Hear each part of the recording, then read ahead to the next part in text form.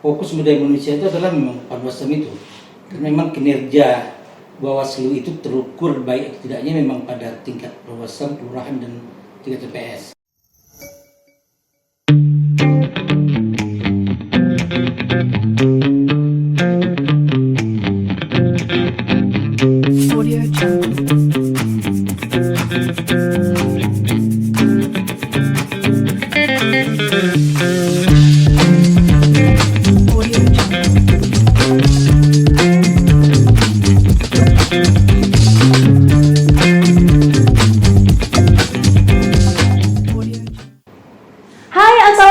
Warahmatullahi wabarakatuh. Welcome back to podcast Bawaslu Kota Dumai, Ask the Expert. Oke. Wah, kita ini untuk hari ini nih, Sobat Bawaslu, kita ada tim horenya. Lumayan rame nih di studio kita, Masya Allah. Meskipun suasana Ramadan, tetap semangat pastinya dan tetap istiqomah dalam menjalankan ibadah puasa. Baik Sobat Bawaslu sekalian, nah sebelumnya kita itu kan udah podcast dengan divisi PHL, kemudian dengan divisi penanganan pelanggaran sengketa. Nah, untuk hari ini ada satu divisi lagi nih yang akan kita tanya-tanya, sharing-sharing, yaitu divisi sumber daya manusia, organisasi, dan data informasi.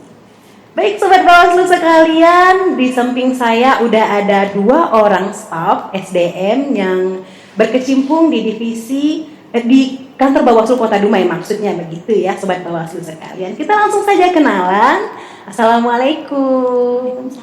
Waalaikumsalam. Ahi, Masya Allah. Kita kenal dulu nih yang pakai jilbab merah, siapa namanya? Nama saya Latifah. Hai Latifah. Dan yang di sebelah sananya? Saya Romi. Oke. Pelaksana teknis. Sumber daya manusia. Sumber daya manusia. Sama ya, berarti sama-sama. Staf teknis ya. Oke. Seperti yang kita ketahui sebenarnya untuk di divisi SDM, organisasi dan data informasi di kantor Bawaslu Kota Dumai ini ada 4 orang staf apa 5? 4 orang staf. Nah, jadi sebagai perwakilan 2 orang yang akan kita tanya-tanya ya seputar tugas-tugas dan peran dari staf SDM di kantor Bawaslu Kota Dumai. Sebelumnya saya mau tanya dulu nih, buat Latifah sendiri sudah berapa lama nih jadi staf SDM di kantor Bawaslu? Saya jadi staf SDM Bawaslu Kota Dumai dari tahun 2019 ya Pak, tanggal 14 Maret. Tanggal 14 2019. Sekitar 2 tahun lebih lah di Bawaslu sini. Oh, oke. Dan dengan Bang Rominya, saya panggil Abang aja lah ya, karena kan lebih senior gitu. Kalau di SDM-nya itu sejak Bawaslu. Jadi Panwaslu jadi pindah ke Bawaslu itu 2017 ya. Hingga hari inilah Panwaslu. Lalu beralih ke Bawaslu, ya sampai hari ini tetap SDM lah. Lumayan pertama lama. tuh Pak Zulpan ya. Oh, saat itu Pak Zulpan yang sebagai Kordip untuk SDM-nya saat itu. Dari 2017 Sobat Bawaslu, sekarang 2022, 5 tahun. 5 tahun. Ya. Ini suhunya nih, suhu di divisi SDM nih. Otomatis nih banyak experience-nya, saya sangat-sangat banyak pengalamannya. Jadi Sobat Bawaslu sekalian, jadi kalau untuk Latifahnya itu sekitar 2-3 tahun nih ya Latifah ya. 2019. Hampir 3 tahun. Hampir 3 tahun, dan untuk Bang Rominya itu sudah 5 tahun. Nah, sesuai dengan tema kita hari ini, tema yang akan kita angkat yaitu tentang staf divisi sumber daya organisasi dan dating Bawaslu Kota Dumai, maksimalkan peran dan fungsinya. Sesuai dengan tema tadi nih, untuk tugas pokok dan fungsi dari SDM organisasi dan dating itu seperti apa ya Latifah? Sebelum ke tugas pokok dan fungsi dari divisi SDM, organisasi dan data informasi, saya akan menjelaskan bahwa berdasarkan Perbawaslu nomor 3 tahun 2020, pasal 23 ayat 1 itu Bawaslu Kabupaten Kota tuh terdiri dari dua ya Kak, dua tipe kan. Nah, yang pertama Bawaslu Kabupaten Kota dengan 3 komisioner atau 3 divisi. Yang kedua Bawaslu Kabupaten Kota dengan 5 komisioner atau 5 divisi. Di sini Bawaslu Kota Dumai itu terdiri dari 3 komisioner atau 3 divisi yang terdiri dari divisi pengawasan, hubungan masyarakat dan hubungan lembaga. Nah, itu dikoordinator oleh Pak Zulfan selaku Ketua Bawaslu Kota Dumai. Yang kedua divisi hukum, penanganan pelanggaran dan penyelesaian sengketa, yaitu dikoordinator oleh Bapak Agustri. Yang ketiga divisi SDM, organisasi dan data informasi, dikoordinator oleh Bapak Supratman.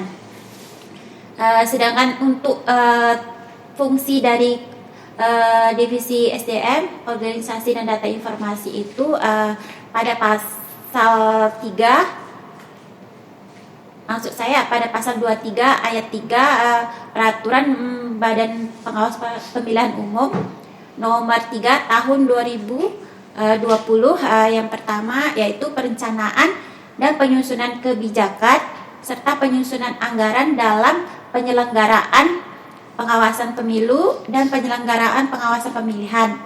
Yang kedua pelaksanaan seleksi Panwaslu kecamatan atau Panwas kecamatan. Yang ketiga koordinasi dengan Bawaslu melalui Bawaslu provinsi terkait dengan pelaksanaan pendidikan dan pelatihan. Yang keempat pembinaan Panwaslu kecamatan, Panwaslu kelurahan dan pengawas TPS. Yang kelima tata laksana dan kesekretariatan. Yang keenam pengolahan dan pengelolaan basis data pengawas pemilu dan pengawas pemilihan. Yang ketujuh koordinasi internal dalam pengelolaan basis data Bawaslu Kabupaten Kota. Yang ke-8 sosialisasi dan peningkatan kapasitas. Yang ke-9 pemantauan dan evaluasi. Yang ke-10 itu penyiapan laporan tahapan pemilu dan pemilihan. Lumayan banyak juga ya untuk tupoksinya ya. Berarti sobat Bawaslu sekalian bahwa untuk divisi sumber daya manusia, organisasi dan data ini mempunyai peran-peran yang sangat-sangat penting sekali di kantor Bawaslu Kota Dumai pastinya. Nah, mungkin ada tambahan dari Bang Rominya terkait tupoksi untuk SDM ini bagaimana? Ya. Mungkin bisa saya tambah lebih memperjelas simpelnya gini, bahwa di divisi sumber daya manusia ini kita ada 4 item kegiatan kita. Yaitu fokus kita adalah sumber daya manusia.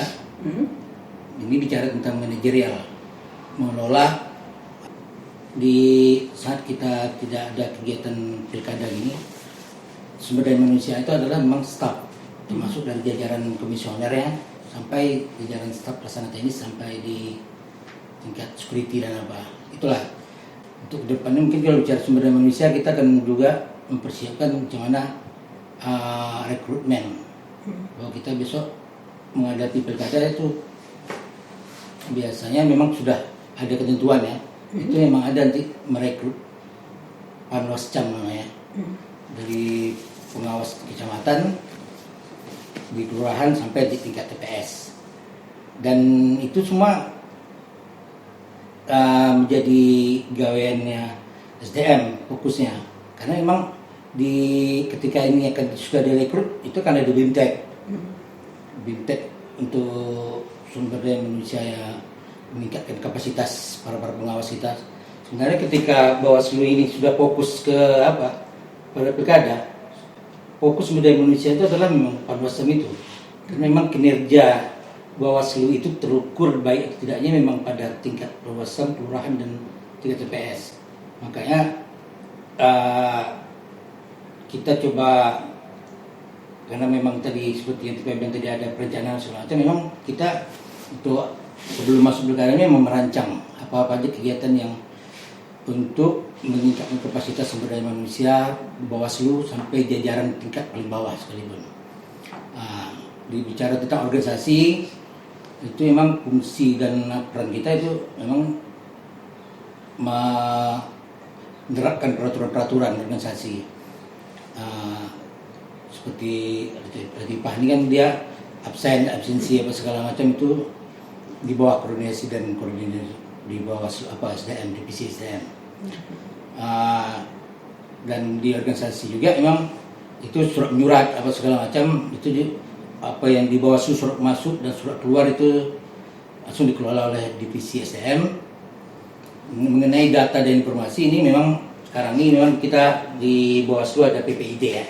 Ada PPID yang langsung memang untuk bicara informasi dan data. Jadi itu juga di bawah divisi SDM itu koordinator Pak Supratman itu.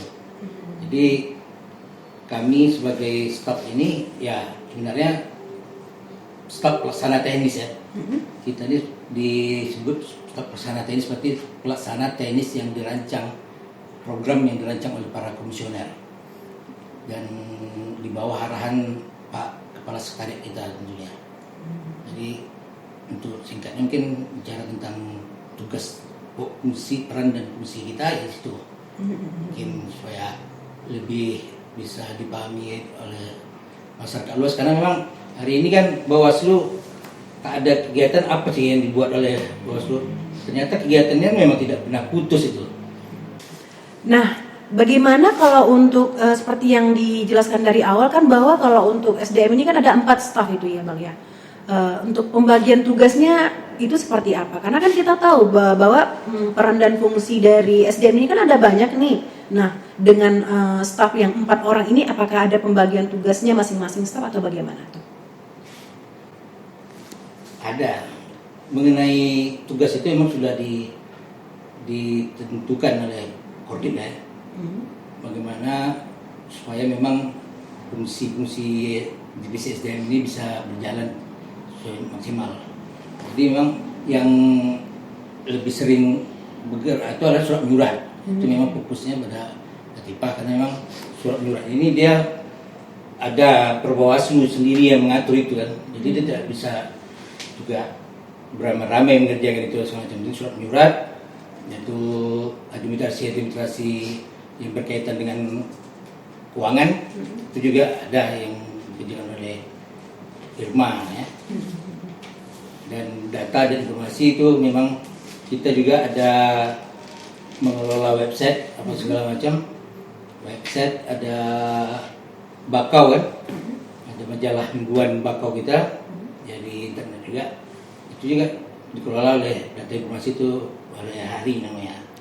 Dia yang langsung mengelola itu fokusnya dan untuk hal-hal lain itu banyak juga dikerjakan artinya internal sifatnya internal koordinasi yang antar divisi juga ada dilakukan. Mungkin itulah. Mungkin ada tambahan dari Latifahnya nih terkait dengan pembagian tugas untuk keempat staf tadi.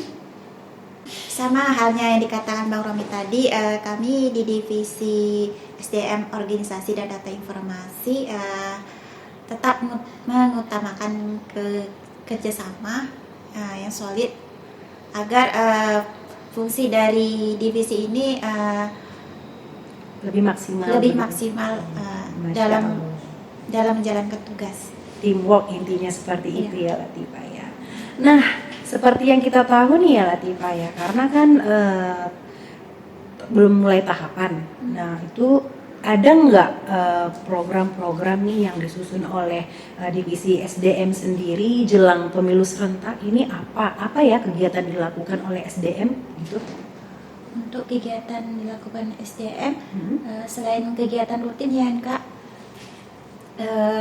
kalau di bagian pengarsipan kami masih menata atau mengelola arsip-arsip seperti arsip ya, aktif dan inaktif. Bagaimana pengelolaannya menata itu arsip-arsip dari tahun 2018 sampai dengan sekarang. mengenai kegiatan dilakukan SDM ini, sebenarnya kegiatannya sudah ada ketentuannya. Artinya kegiatan yang untuk program-program yang dilakukan itu memang sudah ada, yang tinggal ngikut aja sebenarnya. Ya. Jadi waktu awal-awal kemarin kita ada ngadakan TOT kan? Ya, TOT. Nah, TOT itu kita lakukan untuk internal ya, internal itu gunanya memang tujuan untuk meningkatkan kompakan atau semangat kerja, etos kerja kita yang ya sebenarnya di Bawaslu ini udah cukup kompak sebenarnya ya. Cuma kegiatan itu sangat perlu dilakukan sebagai itu sangat penting dalam manajemen sumber daya manusia, perlu dilakukan karena memang bisa membangkit semangat yang mungkin perasaan kita ini kompak nih. Nah, ternyata hal ini kalau tidak dilakukan pencairan seperti itu, lakukan kegiatan COT kita kemarin di pantai, Ya, pantai apa tuh? pantai Bantera. Pantai Patra Alam Patra Alam. di Pelintung. Tapi alhamdulillah lah kegiatannya cukup membuat kita kembali bergairah lah tuh. menjelang apa nih kapan masuk ya. Memang nih tahun 2022 ini udah mungkin mulai habis lebaran ini udah mulai masuk kan. Mungkin kita udah mulai sibuk. Kawan-kawan di pengawasan mungkin dah divisi pengawasan dah dari dulu udah mulai kerja kan. Terus mengawasi di KPU apa segala macam. Ya. Mungkin kita di samping itu emang kita juga coba mempersiapkan apa aja bentuk-bentuk perencanaan aja, untuk perencanaan untuk kegiatan-kegiatan untuk peningkatan kapasitas sumber daya manusia gitu. Intinya untuk meningkatkan kekompakan sesama staf dan untuk kesulitan ya sesama staf. Nah, kalau kita kan tahu nih, mungkin insya Allah nanti dalam beberapa bulan ke depan tahapan akan dimulai, dan pastinya itu kalau untuk divisi SDM sendiri itu akan lebih sibuk dalam perekrutan Panwascam nantinya kan. Nah, terkait perekrutan Panwascam itu berdasarkan pengalaman pada Pilwako sebelumnya kan ada juga perekrutan Panwascam. Ini kan perekrutan lagi. Ada nggak strategi-strategi baru nih dalam perekrutan Panwascam nanti seperti apa itu Latifah? Mungkin untuk strategi perekrutan Panwascam, kami untuk pemilu 2024 yang akan datang mungkin akan mensosialisasikan kepada masyarakat melalui media sosial atau turun langsung ke lapangan mensosialisasikan kepada masyarakat bahwa Bawaslu RI itu membuka perekrutan Panwaslu kecamatan. Ada tambahan mungkin dari Bang Rominya? Yang jelas kita nunggu Juknis ya. Iya. Mengenai Juknis atau surat itu Juknisnya dah satu itu kapan itu. Jadi kalau bicara Juknis ini kita tidak bisa di luar itu kalau programnya. Kalau memang aturannya, kalau dulu kan waktu awal-awal dulu pemilu 2018 itu 2019 ya, 2019 itu memang ada sedikit masalah surat kesehatan yang itu pas gubernur kemarin udah agak diringankan ya, agak dimudahkan. Artinya kan setiap tahapan penyelenggaraan pemilu itu selalu ada evaluasi dan selalu ada perubahan caranya. Apalagi ini pimpinan komisioner kan Bawaslu RI udah berubah hampir semua ya, semuanya udah berubah. Tentu ada aturan baru yang mungkin kita tunggu gitu. Yang jelas apa yang kita lakukan hari ini dengan memperbanyak informasi di media sosial atau di dunia internet, yang jelas tujuan kita adalah untuk membangkit animo masyarakat bahwa Bawaslu ini ada, dan kita nanti ketika masyarakat paham, kita akan mudah untuk bagaimana merekrut orang-orang yang ingin bergabung bersama kita. Yang jelas dari kawan-kawan divisi pengawasan tuh ada apa tuh? Ada kegiatan kader ya, kader pengawas pengawas pemilu tuh. Memang ada terus dilakukan oleh kawan-kawan divisi pengawasan. Artinya kegiatan-kegiatan itu adalah bentuk upaya kita untuk mensosialisasikan ke masyarakat, dan pada nanti saat rekrut kita udah tinggal mudah ya. Intinya nanti Mereka paham lah. lebih menunggu juknis yang Juknis terbaru ya, begitu yang dari RI seperti apa, karena kan selalu berubah ya, ada tambahan seperti itu ataupun ada yang dikurangi dari syarat-syarat untuk perekrutan Panwasjam seperti itu ya Mbak Romi ya. Oke, sangat-sangat mantap sekali. Jadi sudah menyiapkan strategi-strategi terbaru nih untuk menyongsong pemilu serentak tahun 2024. Nah, untuk pertanyaan terakhir di sini Bang Romi, ini bagaimana ya dengan staf yang 4 orang, untuk upaya-upaya dari staf sendiri untuk meningkatkan profesionalnya dalam bekerja itu seperti apa?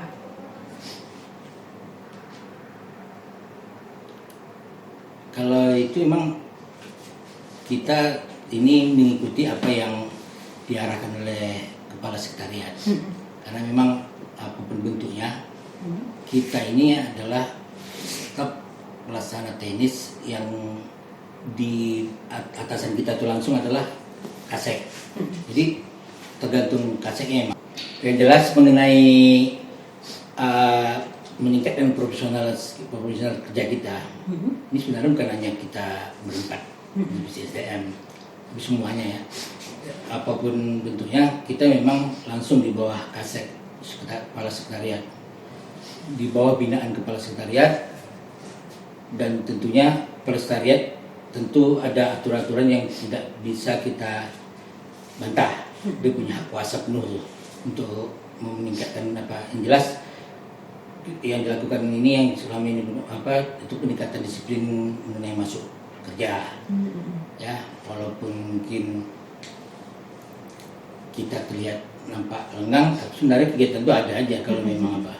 Ya, mengenai wilayah bagaimana peningkatan profesional kami tergantung dari apa juga arahan dari Pak Kepala Sekretariatnya. Di samping ada Korbit SDM. Tapi yang jelas secara struktural kita memang langsung di bawah Kasek, Kepala Sekretariat itu yang jelas. Oh iya, baik. Nah, untuk Latifahnya sendiri mungkin ada tambahan nih. Untuk meningkatkan keprofesional seorang staf, khususnya di divisi SDM ya kan, mungkin kami akan mengadakan diskusi atau kerjasama atau mengadakan rapat internal sesama divisi atau bersama koordinator untuk merencanakan program-program atau strategi-strategi untuk pemantapan pelaksanaan tugas. Mungkin itu salah satu upayanya yang seperti itu.